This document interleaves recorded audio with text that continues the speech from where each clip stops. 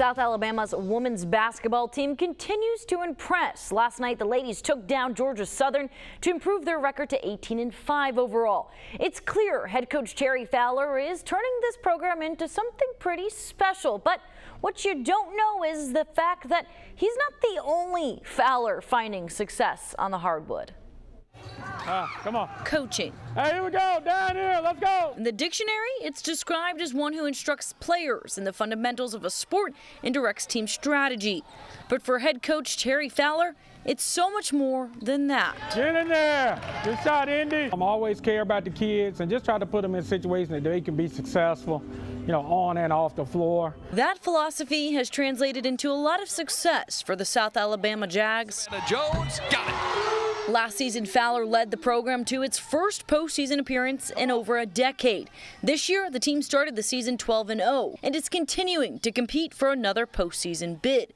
But Coach Fowler isn't the only one in the family winning on the court. She's similar to me on the floor as well. She's just kind of, you know, watching the game, observing, making adjustments, but, you know, not a screamer, yeller, not overly emotional.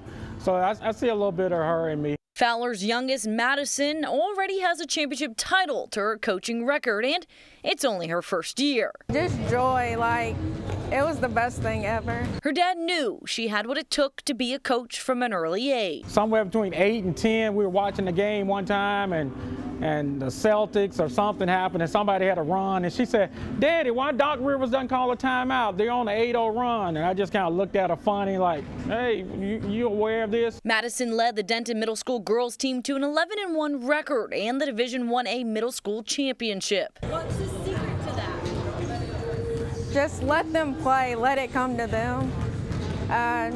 Not putting any pressure on them, just letting them play and figure it out themselves. I'm going to guide them, but let them figure it out. As for Madison's future in coaching, she says she's just enjoying the ride, while her dad has some other plans. I told her as she moves up, maybe one day I'll come be an assistant for her one day. Now, Coach Fowler, and his daughter made a bet in the beginning of the season on who would stay undefeated the longest. Madison won the bet, so her dad had to treat her to lunch. Always love some good, friendly family competition. Now, the South Alabama Jags are back on the court tomorrow to take on Georgia State at 3. For Fox 10 Sports, I'm Bree McNaught.